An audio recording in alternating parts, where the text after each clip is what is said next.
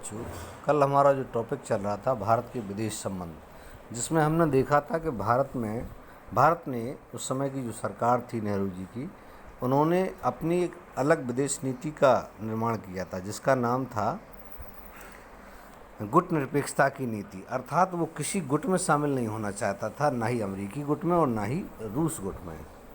इसमें नेहरू की क्या भूमिका रही देखें हम। भारत के जो पहले प्रधानमंत्री जवाहरलाल नेहरू ने राष्ट्रीय एजेंडा तय करने में निर्णायक भूमिका निभाई। वे प्रधानमंत्री के साथ साथ विदेश मंत्री भी थे।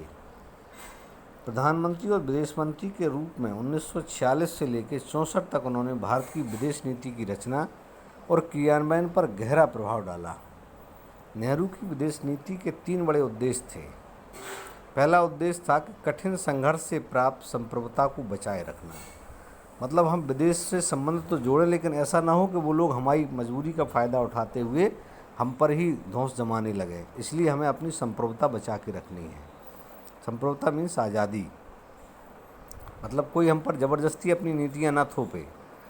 दूसरा था क्षेत्रीय अखंडता को बनाए रखना।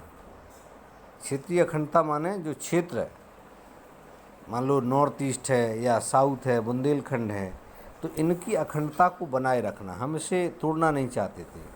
और तेज़ रफ्तार से आर्थिक विकास करना, तीसरा था तेज़ रफ्तार से आर्थिक विकास करना।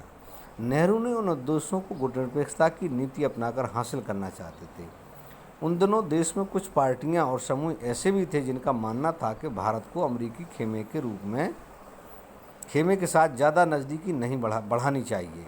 उनका मानना था कि अमेरिका के साथ ज़्यादा नज़दीकी बढ़ानी चाहिए, क्योंकि इस खेमे की प्रतिष्ठा लोकतंत्र के हिमायती के रूप में थी।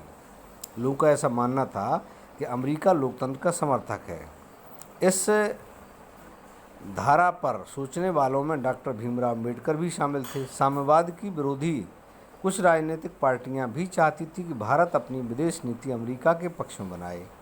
ऐसे दलों में भारतीय जनसंघ और स्वतंत्र पार्टी प्रमुख थे, लेकिन विदेश नीति को तैयार करने के मामले में नेहरू को खासी बढ़त हासिल थी।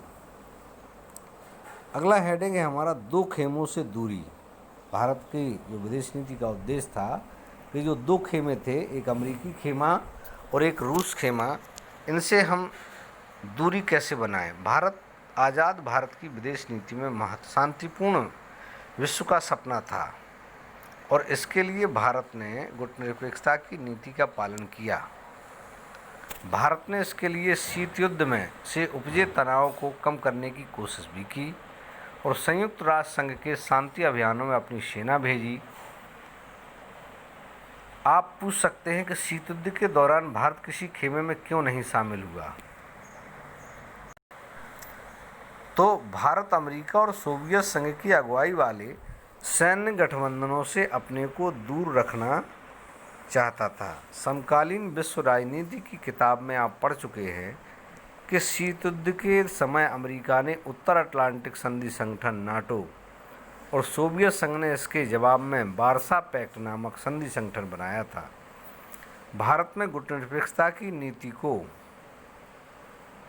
आदर्श माना कि हम इन दोनों गुटों में किसी में शामिल नहीं होंगे। संतुलन साधने की यह कठिन कोशिश थी और कभी कभी संतुलन बहुत कुछ नहीं भी सध पाता था।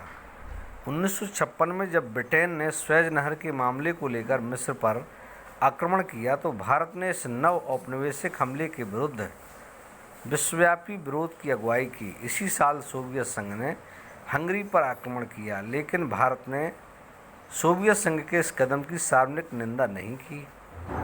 ऐसी स्थिति के बावजूद कमोबेश भारत ने अंतर्राष्ट्रीय मामलों पर स्वतंत्र रवैया अपनाया।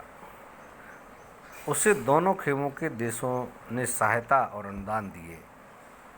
इसलिए भारत ने शीत युद्ध के दौर में किसी एक पक्ष में खड़ा नहीं हुआ।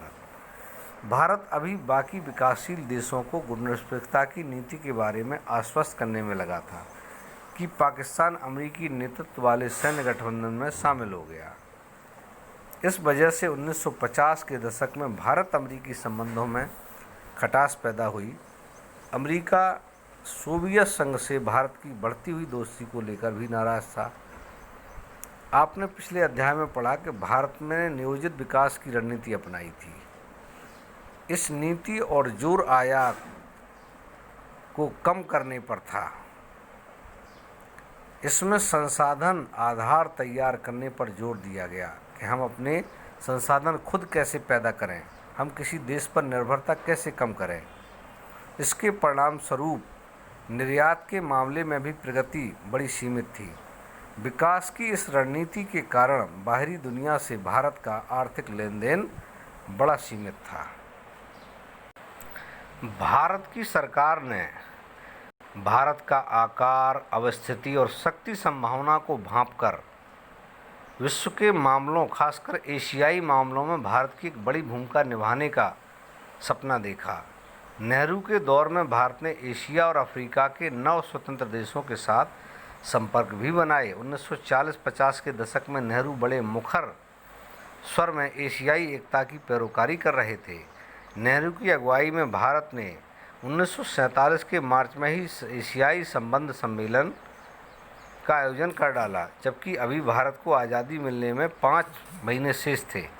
भारत ने इंडोनेशिया की आज़ादी के लिए भरपूर प्रयास किया। भारत चाहता था कि इंडोनेशिया डच औपनिवेशिक शासन से यथासंभव शीघ्र मुक्त हो जाए। इसके लिए भारत ने 1949 में इंडोनेशिया के स्वतंत्रता संग्राम के समर्थन में एक अंतर्राष्ट्रीय सम्मेलन किया। भारत औपनिवेशीकरण की प्रक्रिया का प्रबल समर्थक था और उसने पूरी दृढ़ता से नस्लवाद का, खासकर दक्षिण अफ्रीका में जारी रंगभेद का काफ़ी विरोध भी किया। इंडोनेशिया के एक शहर बांडुंग में अफ्रो एशियाई सम्मेलन 1955 में हुआ। आमतौर पर इसे हम बांडुंग सम्मेलन के नाम से जानते हैं। अफ्रीका और एशिया के 9 स्वतंत्र देशों के साथ भारत के बढ़ते संपर्क का यह चरम बिंदु था। बांडुंग सम्मेलन में ही गुटनिरपेक्ष आंदोलन की नींव पड़ी थी। गुटनिरपेक्ष आंदोलन का पहला सम्मेलन 1961 के सितंबर में बेलग्रेड में हुआ था। गुटनिरपेक्ष आंदोलन की स्थापना में नेहरू की महती भूमिका रही थी।